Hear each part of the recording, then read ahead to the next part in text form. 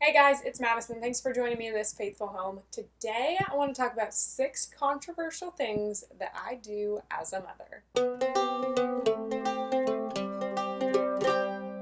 Before I begin, I want to say that everybody is different and you can have your own parenting style, parenting choices, what you do and what you think is fit for your family is fit for your family. I'm just telling you things that I do that work for our family and my beliefs. And that's the best part about the internet is that we all can share our beliefs and our opinions, and that's okay. We can have differing opinions and we can agree to disagree on some things. So let's talk about the 6 things because I'm very excited to jump into it. The first thing that we do is co-sleep. So ever since pretty much Lorelai has been a tiny little newborn, we would co-sleep with her. She would start off in the bassinet next to us, and then we had like the little Snuggle Me lounger. I get none of these are like AAP or like World Health Organization or any of your pediatricians safe. So I'm not promoting it, but I'm not promoting it because there's ways to do it safe, and I'm a firm believer in that. So she would start out in the Snuggle Me, and then obviously when she got bigger and she outgrew that, now she just co-sleeps with us. So pretty much what that'll look like for us is she starts in her crib. I will nurse her to sleep, which we're getting to. I will nurse her to sleep, and then I will set her in her crib. She'll sleep like maybe an hour stretch, sometimes half an hour, sometimes an hour and a half. She'll wake up, we'll repeat, nurse, fall back to sleep, lay down in her crib, and then somewhere in that like midnight range, when I'm like actually ready to fall asleep and stay asleep for the night, kind of, like stay in my bed at least, I will, when the next time she wakes up, I will get her and I will either come into the guest room where I'm at now if I want David to get like really good sleep because he has to work, or if it's the weekends, I will go back into our room and she will either like lay on my chest, she'll lay sideways, she'll lay like next to us, in between us. And that's what we do that works for our family. And it's fantastic because she nurses throughout the night still. I don't know if I mentioned this, but she's a year old. And she nurses throughout the night still. And so it's a lot easier for me to just whip out the boob, let her eat. She falls back asleep. I fall back asleep. It works fantastic for our family. There is an Instagram account, Cosleepy. I highly recommend go following them if you want safe co-sleeping tips and tricks because you can do it safely. A lot of people do, and that's what we do. So, moving on to number 2, I already kind of alluded to it, and that is breastfeeding her to sleep. And I am a firm believer that babies need that nurture and that bond. And I find that Lorelai will go to sleep just fine if I nurse her to sleep. She'll kind of like fall asleep, either pop off the boob or like almost be asleep, and I will like stick the passy in her mouth. That way she can stay asleep. And then I will hold her, I'll snuggle her, and then maybe 5-10 minutes after that, I will put her in her crib, or like I mentioned before, if she's already in bed with us, then she'll just fall back to sleep in bed. And I 100% agree with letting them nurse to sleep and need that help to fall asleep because they're babies. They are not grown adults who can do things independently. They rely on us to take care of them and to nurture them and to fulfill those needs. And one of those needs for Lorelai is nursing to sleep. Number 3 is we teach anatomically correct body parts to her already from the start. And yes, she is a year old and doesn't understand what the word vagina means. And she doesn't understand, I feel like she understands what nipple means because she nurses. But she's a year old. She doesn't get it yet. But we are not going to like beat around the bush when it comes to body parts because males have penises, females have vaginas, and we talk about that. So when she is like getting her diaper changed or when she is going to the bathroom on the potty, I will make sure that I am saying the correct word. When I wipe her, I'm saying I'm wiping your vagina, I am wiping your butt.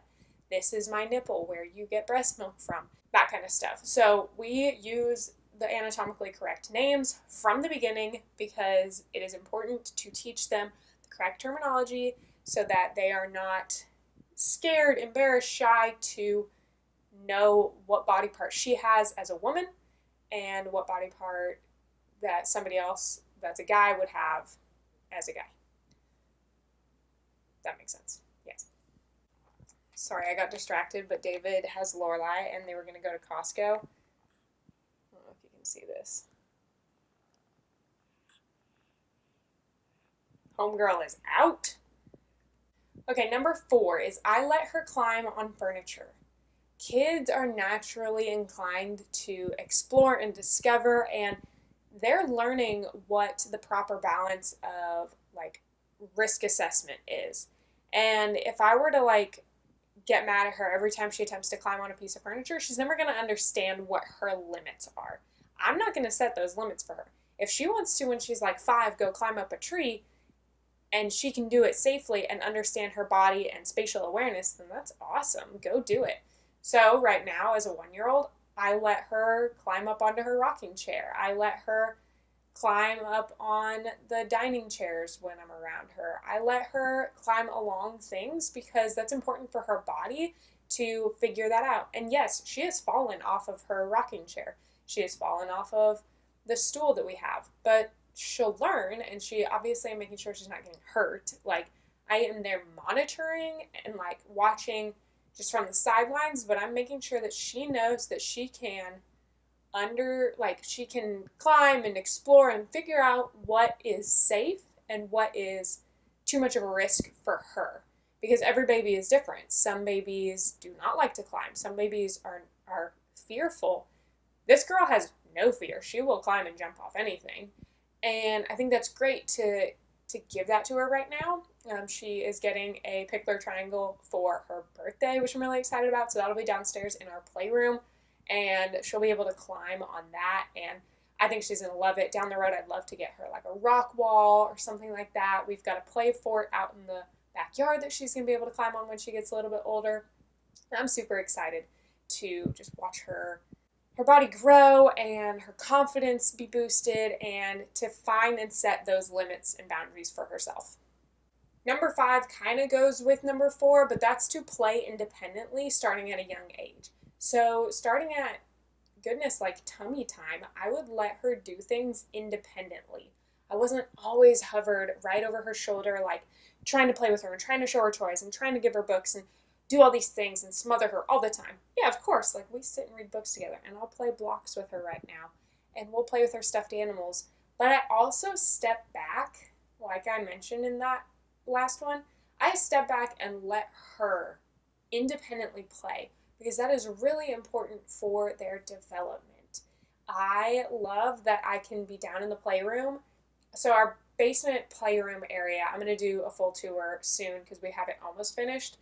It's a really big open concept, and there's like a TV living room area for us as adults. Then there's a playroom area for kids, and we can like see over there. If I'm sitting on the couch, I can watch her play, but she is doing that on her own. She is exploring and creating and pulling things down, and like literally the other day, she went to each individual bin of toys and pulled out a couple of each, walked over, like held on to the railing and walked, pulled up a couple, and grabbed a couple of each bin, sat down, and started playing. And that was like the coolest thing to watch.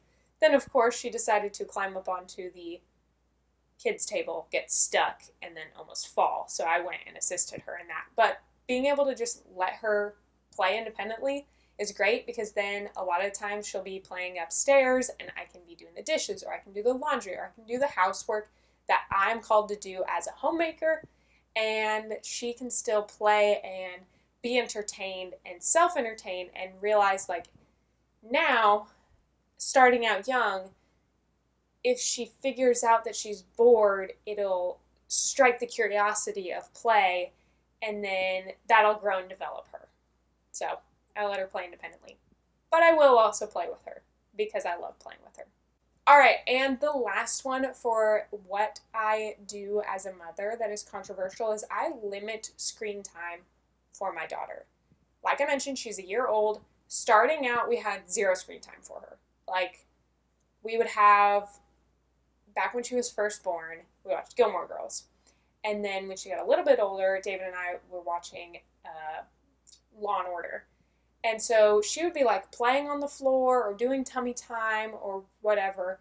and it would be on in the background as like background noise. So I've never had that like needs to be off when she's in the room. It's always been like background noise to her. And as she's gotten older and like more independent and we play downstairs because that room is finished, I will have Blue Bloods on with David and we will be watching TV together. And then Laura will be playing. Sometimes she'll like crawl over to the coffee table where we're at. She'll stand there for a sec. She'll look at the TV. She'll watch. She'll crawl back away. Or she's playing there like near the TV. So she's like getting more screen time, if you will, there.